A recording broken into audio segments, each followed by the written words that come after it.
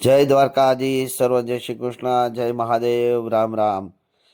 આ વખતે અમારા રહીજ ગામથી 20મી પદયાત્રા જય દ્વારકાધીશ પદયાત્રા મંડળ તરફથી જઈ રહી છે. તો આમની અંદર આપ પણ જોડાઈ શકો છો. હું પણ દર વખતે આમની અંદર દર વખતે મુલાકાત માટે જાઉં છું. જો કે ચાલીને જવાનો તો સમય રહેતો નથી, પરંતુ ભગવાન શ્રી કૃષ્ણના દર્શન કરવા માટે જે 18 વર્ણના લોકો આમાં જોડાઈ શકે છે અને જોડાય પણ છે.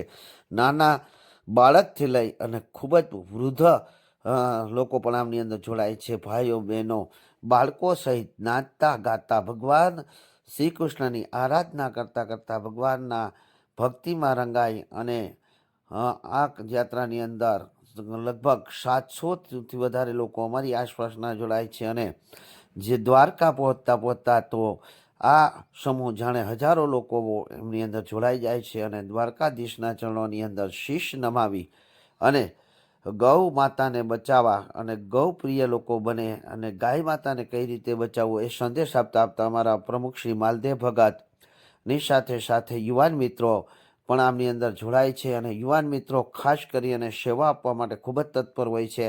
આમની અંદર લગભગ 30થી વધારે ટ્રેક્ટરો પોતાના ઘરનું ડીઝલ બારી અને જાય છે. તો આમાં ઘણા બધા લોકો સેવામાં પણ ઉપલબ્ધ રહે છે.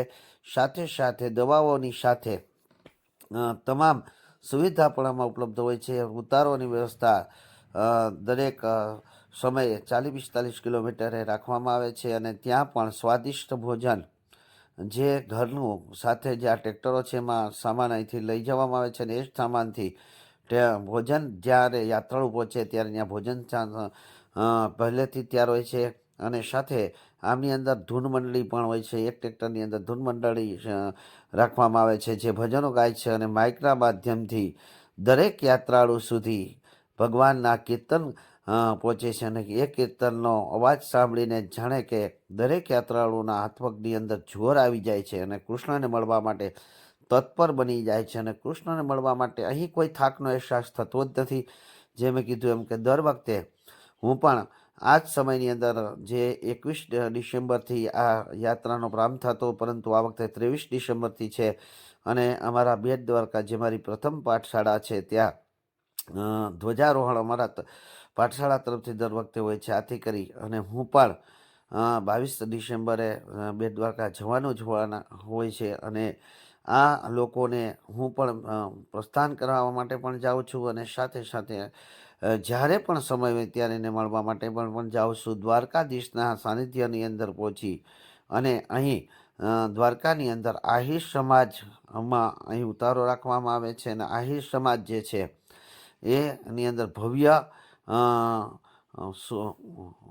કીર્તન મંડળી વગેરેનો પણ અહીંયા રાખવામાં આવે છે. આ વખતે પણ ભવ્ય કીર્તન મંડળી રાખેલી છે. અને સાથે સાથે અનેક અતિથિઓ પણ પહોંચે છે અને વિશિષ્ટ લોકો આમનું આગતા સ્વાગતા પણ કરે છે. અને વિશિષ્ટ લોકો દ્વારા આને આવકારી અને સન્માન કરવામાં આવે છે. તો આ વખતે પણ જે 23 તારીખે સવારે પ્રાતકાલને વિશે લાખણાઈ માતાના મંદિરથી 5 વાગે જે યાત્રાનો પ્રારંભ થવાનો છે એનું પ્રસ્થાન કરાવવા માટે હું પણ ઉપસ્થિત રહીશ. અને સાથે સાથે રસ્તામાં પણ હું જ્યારે પણ સમય મળશે ત્યારે આ યાત્રિકોને મળી અને એના દર્શન કરીને હું મારી જાતને ધન્ય અનુભવીશ. તો આપ પણ આ યાત્રાની અંદર જોડાઈ શકો છો. આમની અંદર કોઈ ભેદ નથી. અને ભગવાન શ્રી કૃષ્ણના ચરણોને પ્રાપ્ત કરવા માટે ભગવાન શ્રી કૃષ્ણ સુધી પહોંચવું એ પણ અહોભાગ્યની વાત કહેવાય. અને ચાલીને જવું એને જ ચરણ કહેવાય. ભગવાનના દર્શન કરવા માટે જે લોકો ચાલીને જાય છે તે ખૂબ ખૂબ ધન્યતાને પાત્ર છે. તો આમાંથી ધન્યવાન આપ પણ બની શકો છો.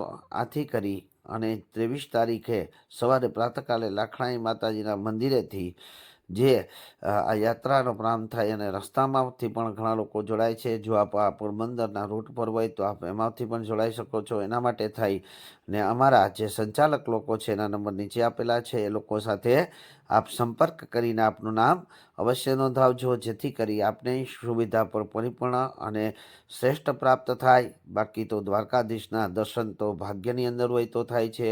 આથી કરી આપ પણ ભાગ્યશાળી બનો અને દ્વારકાધીશના દર્શન કરો. તો અવશ્ય પધારજો. જય દ્વારકાધીશ.